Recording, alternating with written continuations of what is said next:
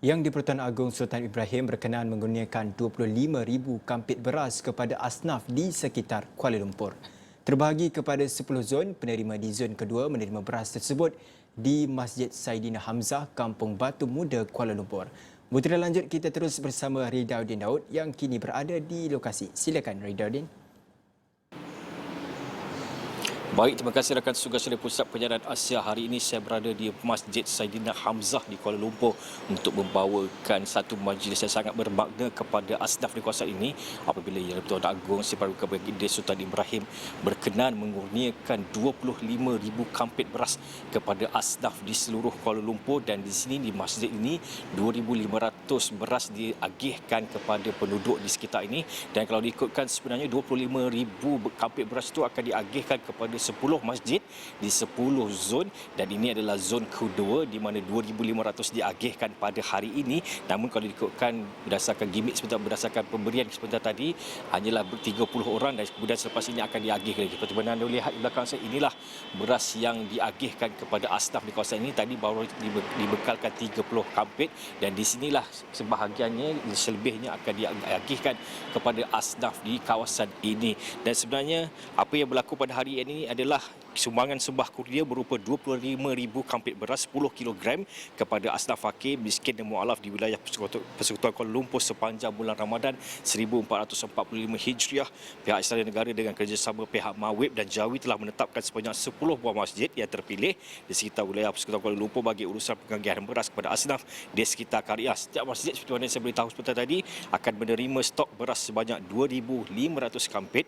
Pengagihan beras kepada asnaf akan diagihkan pada setiap Isnin hingga Jumaat sepanjang bulan Ramadan ini bermula jam 8 pagi hingga 2 petang.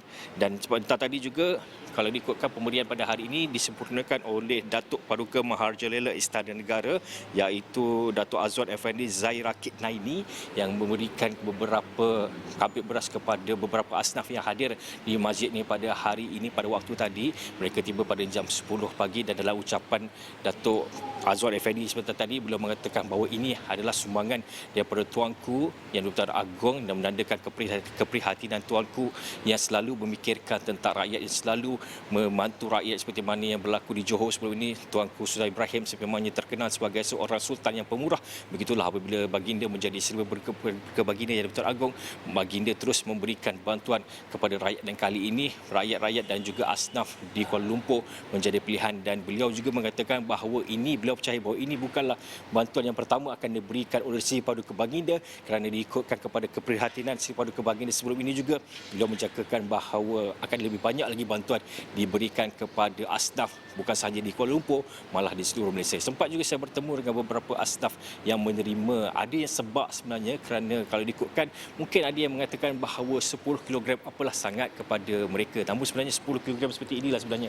Seperti anda boleh lihat ni, saya ambil satu 10 kg inilah sebenarnya ada logo Istana Negara. Beras ini sebenarnya mungkin anda boleh lihat 10 kg mungkin tidaklah begitu besar maknanya, namun kepada mereka yang menerima beras ini ketika dugaan hidup, ketika beras tak cukup di rumah, ia sebenarnya memberi makna yang amat besar kepada mereka. Ada yang saya bertemu tadi mengeluarkan air mata, tidak dapat menahan air mata kerana beras di rumah sudah pun hampir habis, dengan anak masih ramai 5 orang, adik anak 7 orang, dan kemudian kerja pun gaji tidaklah begitu besar.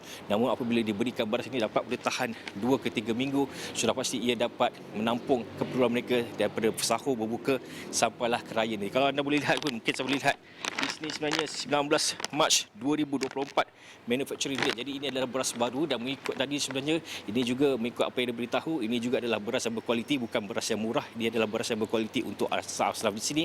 Jadi sebenarnya apa yang boleh diberitahu, apa yang mungkin kita boleh ambil iktibar bahawa sekampit beras ini walaupun mungkin dilihat tidaklah begitu berharga buat orang di luar sana, namun bagi mereka yang betul-betul memerlukan, sekampit beras ini sebenarnya memberikan makna yang sangat besar kepada mereka. Jadi mungkin ini adalah petanda kepada semua orang, supaya terutamanya kepada kerajaan, supaya mungkin selepas ini boleh memikirkan cara untuk bagaimana menurunkan harga beras.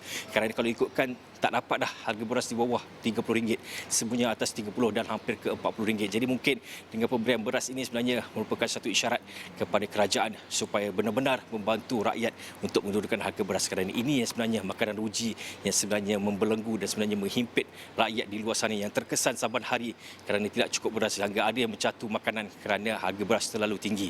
Jadi saya fikir pada masa ini yang saya boleh bawakan, sekampit beras ini mungkin tiada makna untuk orang lain, tapi besar maknanya untuk penerima hari ini sehingga ada yang mengalirkan air mata berterima kasih kepada tuanku.